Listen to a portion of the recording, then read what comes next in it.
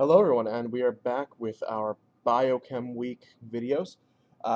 You can see that we are at a different angle this time. That's because we'll be looking at different things. Starting with this rack here, which is our Methyl Red, and over on this side, our Vox Pro Scour Rack. Mostly so that you're able to see, if I angle it a little bit, you're able to see the results themselves. I have already split the test tubes. So we have Citrate for UND, CF. Proteus vulgaris, PV, EC, E. coli, and C, control. And we have the same thing over here on the other side. Now, I'm doing these all at once as if I were doing these in the lab, or as you, the students, would be doing in the lab. So I will be doing the Vox Pro Scour first. I will be putting these up online. They'll be chopped up into smaller videos as well as the larger video, so you can see exactly what I did. The first thing we're going to be doing is the Vox Pro Scour Test. Now, the Vox Pro Scour Test is, it identifies bacteria that ferment glucose, and it's really due to the accumulation of 2,3-butanidyl, there we go, in the media. In this case, it's Barrett's A and B, which, where's Barrett's A for me? Aha, Barrett's A. Barrett's reagent A is 40% KOH, or potassium oxide, and Barrett's B, which is right here,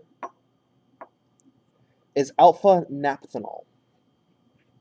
And by adding these, we are going to see if it uses the mixed acid pathway or not.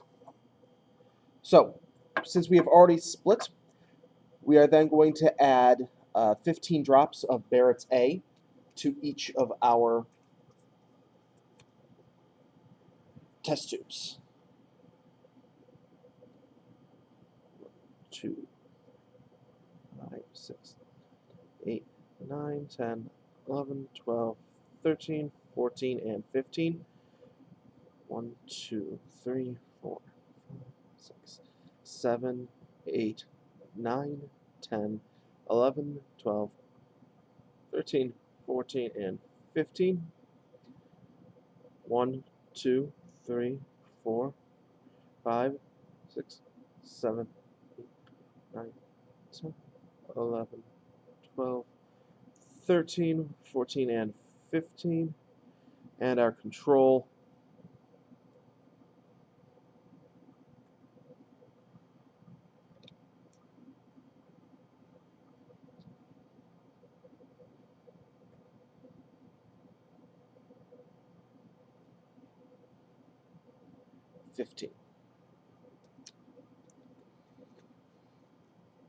Next, we're going to be adding in 5 drops of reagent B, Barrett's B, which we make here in the lab.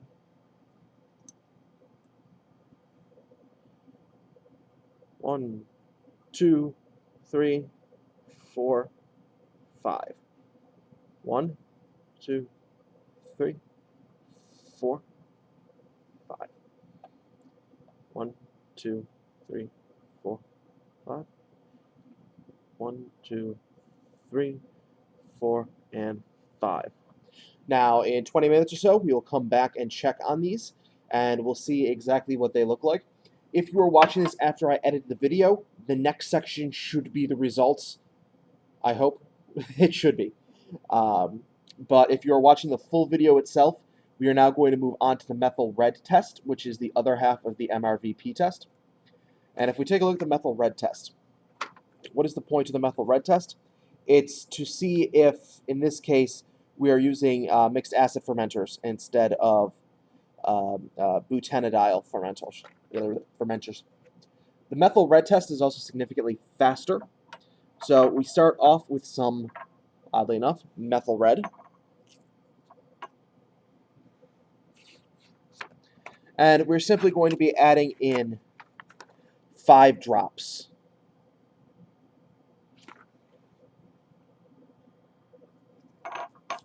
Of methyl red to our test tubes.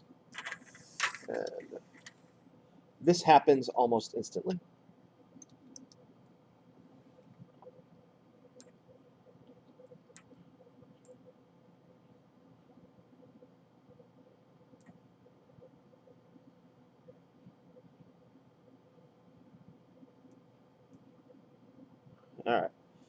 Now let's take a look at some of these.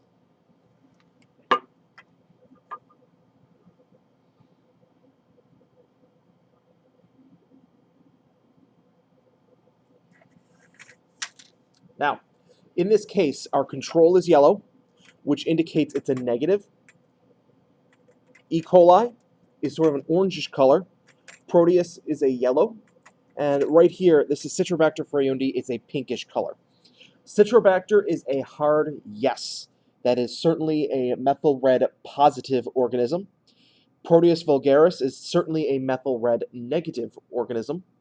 And then looking at the E. coli, I'd say that that is a weak positive.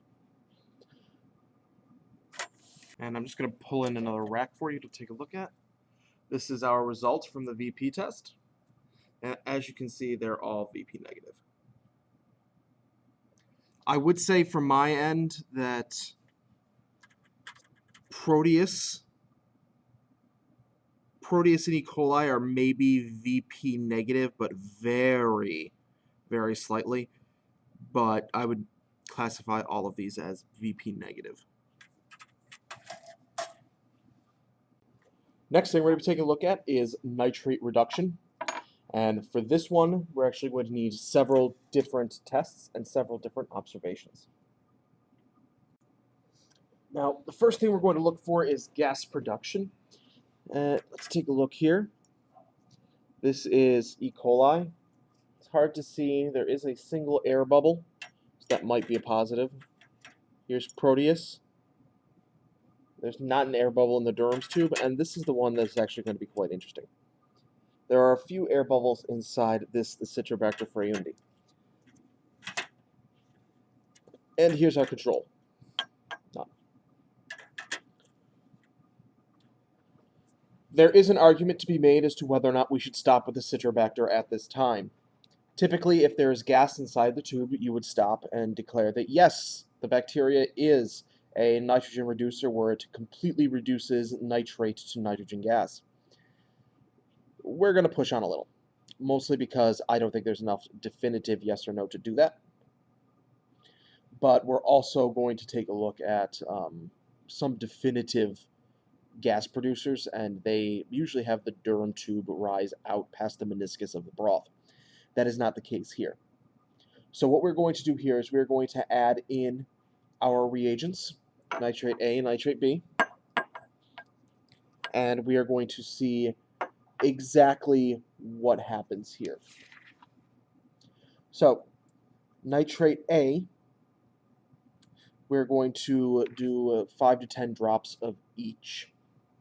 So I'm just going to pop off the tops here and go right down the line. Typically you would do this aseptically, but for your viewing pleasure, I will do it not aseptically.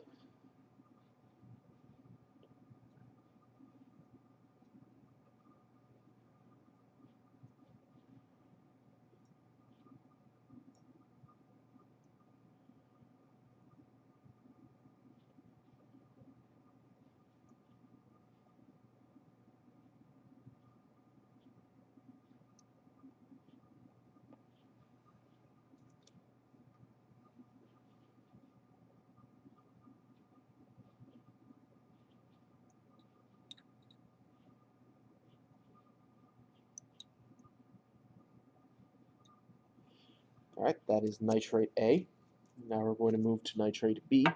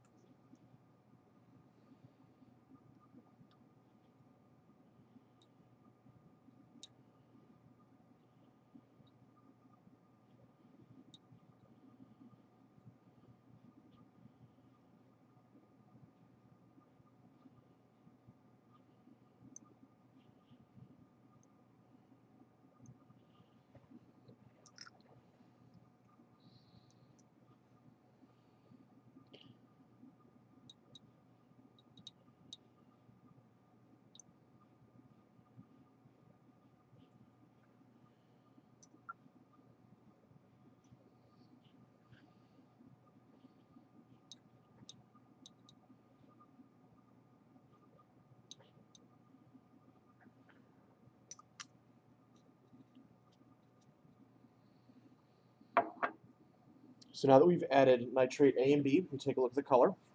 If we see a reddish color, then that is going to be a positive test. In this case, we do not see a pink or red color. So that means that we are both negative for all of these. But we also want to test these. So we're going to add in nitrate C, or in our case, zinc. For the same thing, it's just easier for us to buy zinc than it is to buy true nitrate C. Now, with this, we're going to need a small little spatula that I'm going to go grab, and I'll be right back. Now, I'm back, and what we find is something interesting. There is a very slight red hue to Proteus. Very slight. Probably can't see it on your end, but I can on mine. So I would say that after a few minutes of cooking, that yes, indeed, Proteus would reduce nitrate to nitrite. But again, we can confirm using our small spatula and our nitrate C zinc.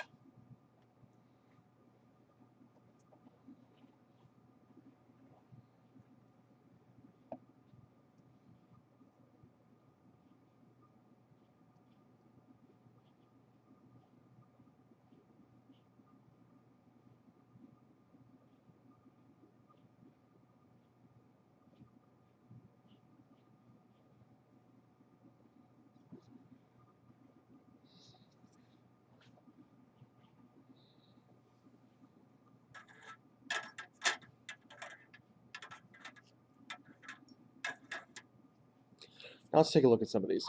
I did let them sit here and show you the color change because I think it's important for you to see them. This here, this is our control. Now the red color at this stage means that nitrate was not reduced at all, which makes sense, seeing as this doesn't have anything. This color, which you see here in Citrobacter and E. coli, this means that nitrate is reduced to either ammonia or hydroxylamine. We don't know which one. And again, this one here says that it's actually not reduced at all. For our next test, we're going to be taking a look at our sim. Take a look at this sim that's been inoculated.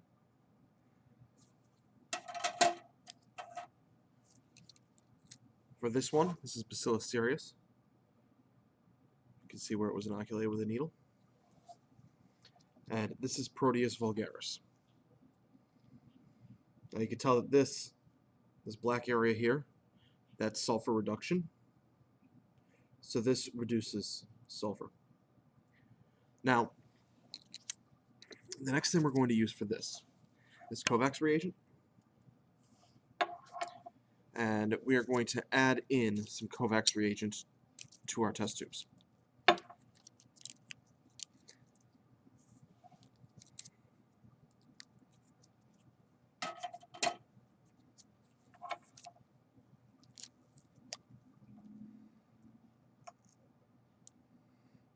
Two, 3, 4, 5, 6, 7, 8, 9, and 10.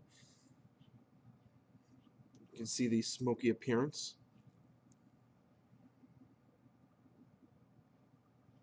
And I'll put that off to the side. Let that cook for a minute.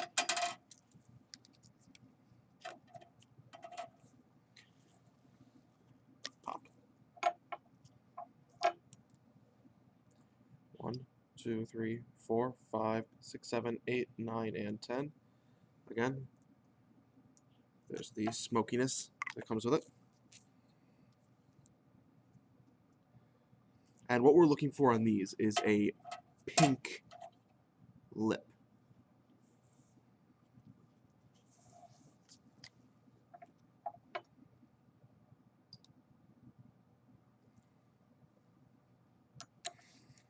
As opposed to the brownish orange lip that we're getting here. We're looking for a red, if either of these turn out to be positive.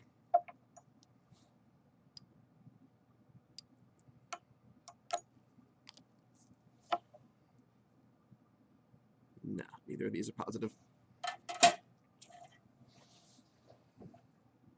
Our next test is going to be the Catalase test. And for this one, we have our slides out. This one here is E. coli, so we're going to start with some E. coli. And we're going to take our TSA slant, remove some bacteria.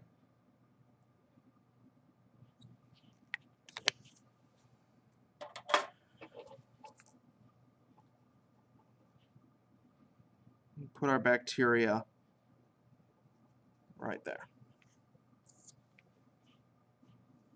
And for this, I'm actually going to lower you guys a bit. We're then going to use aseptic technique to do the same thing for our Citrobacter.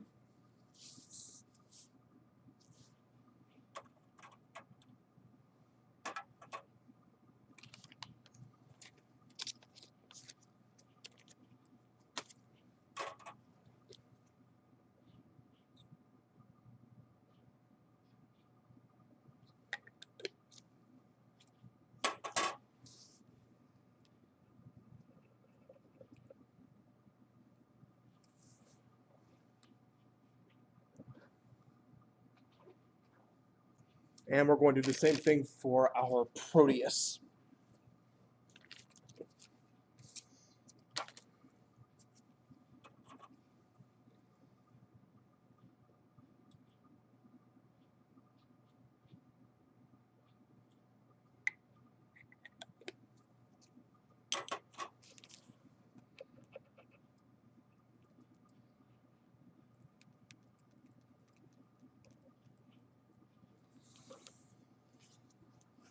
Now, let's take a look at our control.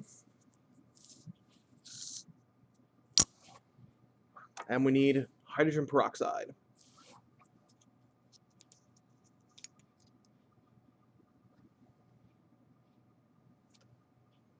Nothing happens, as is expected for our control.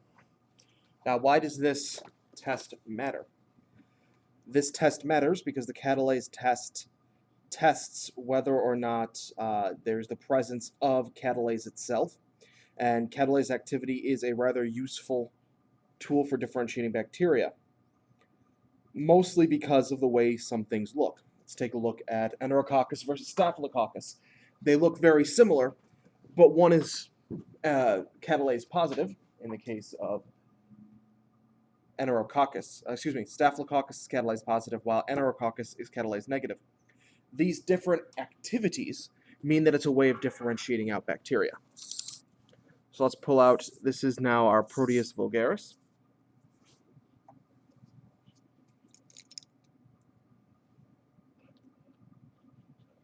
Ah, there we go. It's hard to see on your end because you're zoomed in, but that white area that you see are bubbles. This is a positive test. Compare that to the area next to it where we don't have, it's just plain.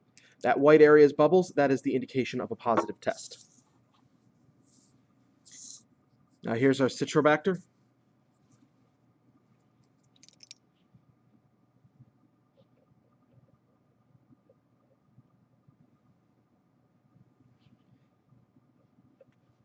Still positive, just not as strong. and E. coli.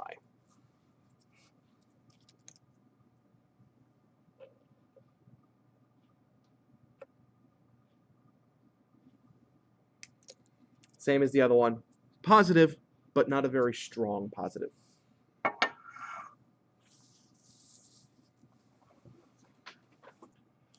The next test we're going to look at is the oxidase. The oxidase test. This is whether or not cytochrome oxidase C, in this case, is produced by the bacteria. So we're actually going to start off with a swab. And we are going to take a swabbing of our bacteria, making sure that there is bacteria on the swab. Then we're going to need to take our oxidase reagent, break a little tubule inside. There we go. And then we're going to drop our reagent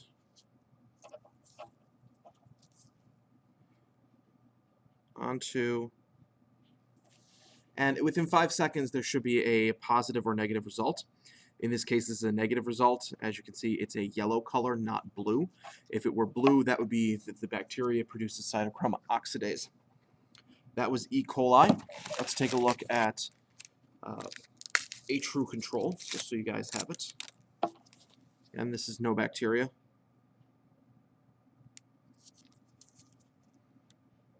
It's a yellow color.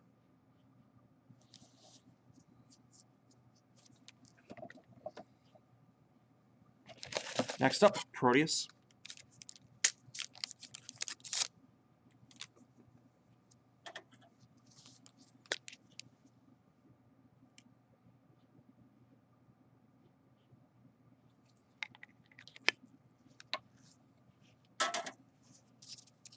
Now, the reason you don't want to let this sit for more than 5 minutes is because after around 5 minutes, you still can get false positives.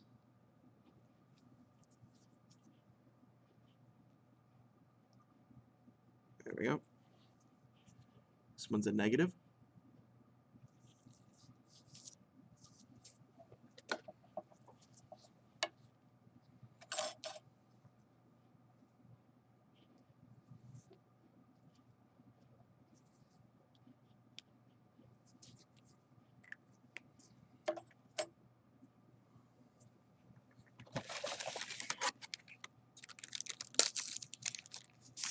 Once again, this is Citrobacter freundi.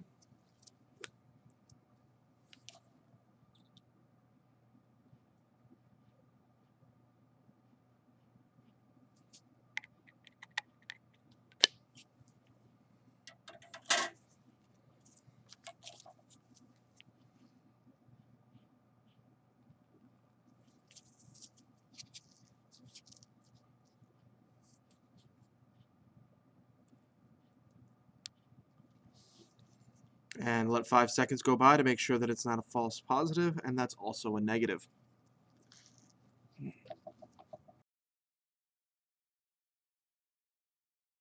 Next set we're going to look at are the remainder of the rack itself. These are not differential tests in the traditional sense in that we added things. These are differential tests in that the media is selective, and there's a differential test added to it. So let's start with citrate. This is what our control citrate looks like. A nice green color. And here's what two bacteria look like. This one, this is our Citrobacter freundi. Has a nice blue color. This is our Proteus. Green color. And our E. coli also has a blue color. Blue in this case indicates that citrate is used. Next one we're going to take a look at is called TSI, or triple sugar iron. Here's what a control looks like. Here's what the E. coli looks like. It can use at least one of the sugars in the triple sugar iron. It does not reduce sulfur, but it does create gas. You can tell it creates gas by this air bubble that is seen inside the butt of the test tube. This is Proteus. This does not ferment the sugars, but it does reduce the iron down to sulfur. You can tell by its black color. And this is Citrobacter, where you can tell there is some reduction of sugars. It's not a full positive, but definitely a reduction of the iron down to hydrogen sulfide. And while it's difficult for you to see, this here, which looks like a smudge, is actually gas production.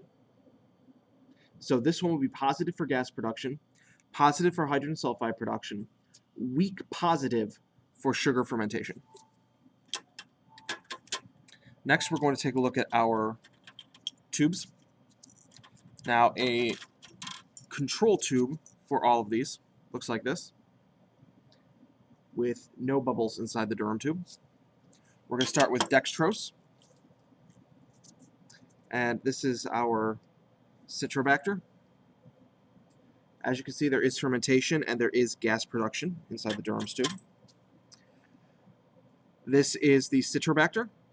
As you can see, little gas production, but fermentation of dextrose does happen. Our E. coli, gas production, plus fermentation. Next one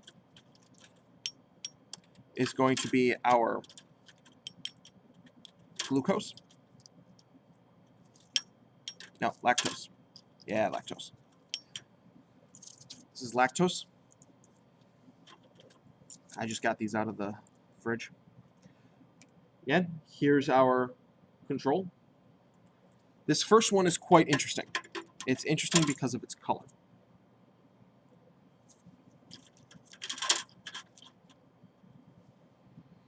This is Proteus. Red. This is a negative, no gas production.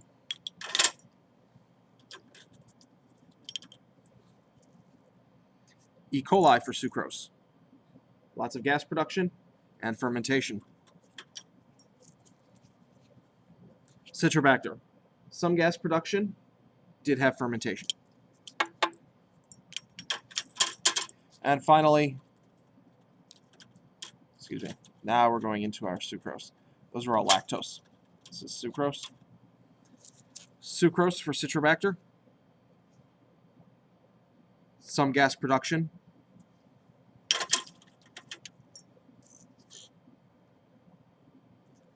No gas production. Weak fermenter. Why is it weak? It's an orangish color as opposed to a yellow or a red. Since this is an orangish color, this is a weak fermenter. It's Proteus vulgaris. And this is E. coli with some gas production, but definitely fermentation. This is urea. This is to see if it is able to utilize urea as part of its life cycle. Metabolism, I should say.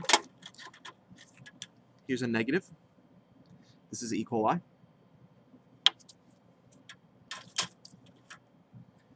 This is a weak positive, Citrobacter. Tell it's a weak positive because it's mostly yellowish orange, but there is a bit of pink up here. Now this next one is Proteus, and it's a strong positive. Look at that color. Much more of a magenta pinkish purple than the orange that was before. Final thing we're going to look at is gelatin and gelatin hydrolysis. Now I took these out of the fridge. If this is a positive, there will be a section up here where the bacteria was that isn't solid when you turn it. So we put it on its side. Since there isn't a slant, this is a negative. As expected, that's our control. This is Citrobacter. Nothing.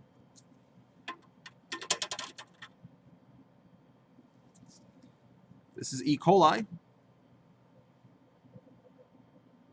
Nothing.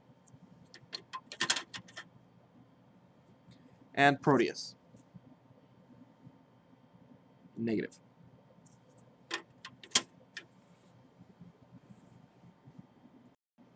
Hello everyone. We're going to go through some of our plates that I have off to the side here, different type of auger, and see what grew on them. These are for demos. First thing we're going to start off with, Hecton and Enteric auger. And we have 2 plates. Now this is our control up here. This is E. coli, Citrate freundi, and Proteus vulgaris. And let's take a look at them. Notice how our control, it's still a green area. For our E. coli, it's a yellowish, orangish color. It's commonly known as salmon. This side, same thing, some yellowish orange. And on this side, no yellowish orange. What is interesting is that there is the ability to get sulfur. So a bacteria that is able to use sulfur as part of its metabolism, reduce sulfur,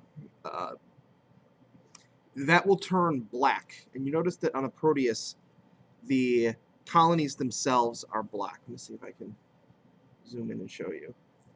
Right there, black colonies. Now, when we take a look at Hecton normally, first off, it's supposed to be a selective media, meaning non-enterics or non-gram positives. Non-gram negatives are going to be selected for, and gram-positive bacteria are going to be selective against. Then, if it's a gram-negative or an enteric, it's going to appear as this sort of yellowish, orangish color, which you can see more of when you flip over it as well. Now, typically, this also differentiates Shigella and Salmonella from other enterics and from each other. So if it's a Shigella or Salmonella, it will appear blue. We don't have Shigella or Salmonella. So it would be a blue auger rather than this orangish color. And for Salmonella, it would be black colonies on blue auger. Why we have black colonies on green auger is because Proteus vulgaris, in this case, does not, it does have the ability to take the iron and reduce that to sulfur, hydrogen sulfide. But we do not see here inhibition either. Now that's very interesting about Proteus. This brings up the idea that not all of our bacteria, our differential and selective media is going to be 100% perfect. But this also means that we could get a false positive if you didn't know what we were looking for. In this case, this is a bacteria that can use sulfur, but is not an enteric bacteria. Or at the very least is a weak enteric, in the case of Proteus.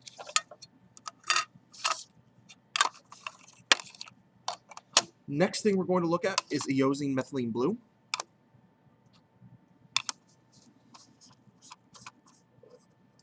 Proteus vulgaris, Citrate freundi, Escherichia coli, control.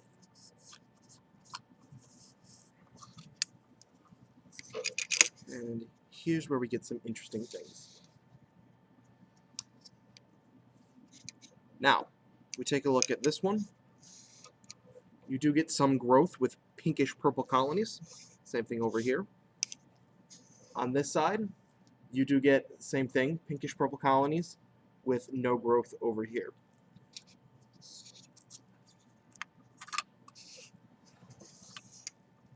Now with both of these, Hecton and EMB, gram negatives typically are the only things that are going to grow. Now here's an older EMB with a interesting kind of spooky face on it. This is E. coli, and if you take a look, it's sort of a metallic green. That is typically how very vigorous fermentating strains of E. coli look on EMB, sort of this metallic green sheen. Next thing we're going to look at are McConkeys. Same as before, E. coli, control, Proteus, Citrate.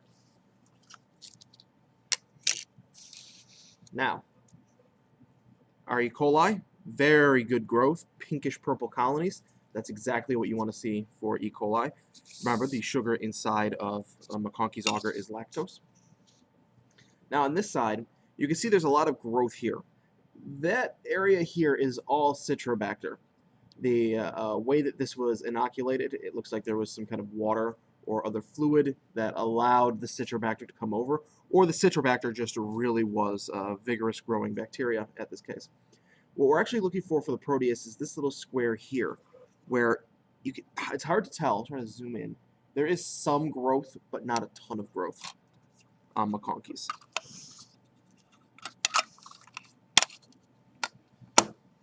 Next, Casein. Now, this is two different bacteria. This is Cochrea rhizophilia and Bacillus subtilis. Now, this is a negative. There's not any clearing area around the bacteria. This is a positive. You can tell that there's some clearing halo around the bacterial colony itself. Now, this was put in the incubator for around 18 hours instead of 24, so it could be that it's just not really came up to temperature and up to our growth cycles yet. But that is a positive and that is a negative. Next thing we're going to take a look at, starch.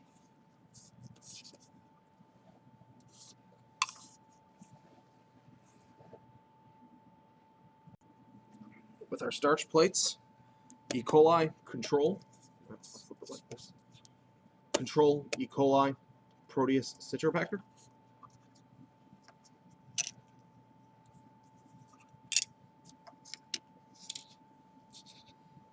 And what we're going to do this time, we are going to add in iodine.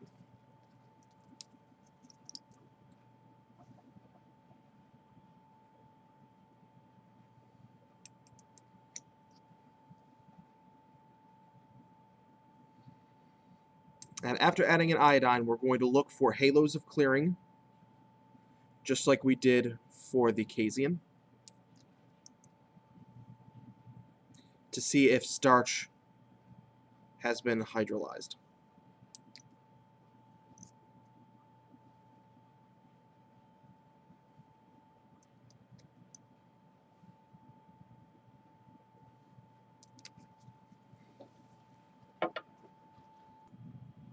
Now, after adding the starch, we can see that both of our plates here are negative. We don't have any halos of clearing around the bacteria. We just have the bacteria itself.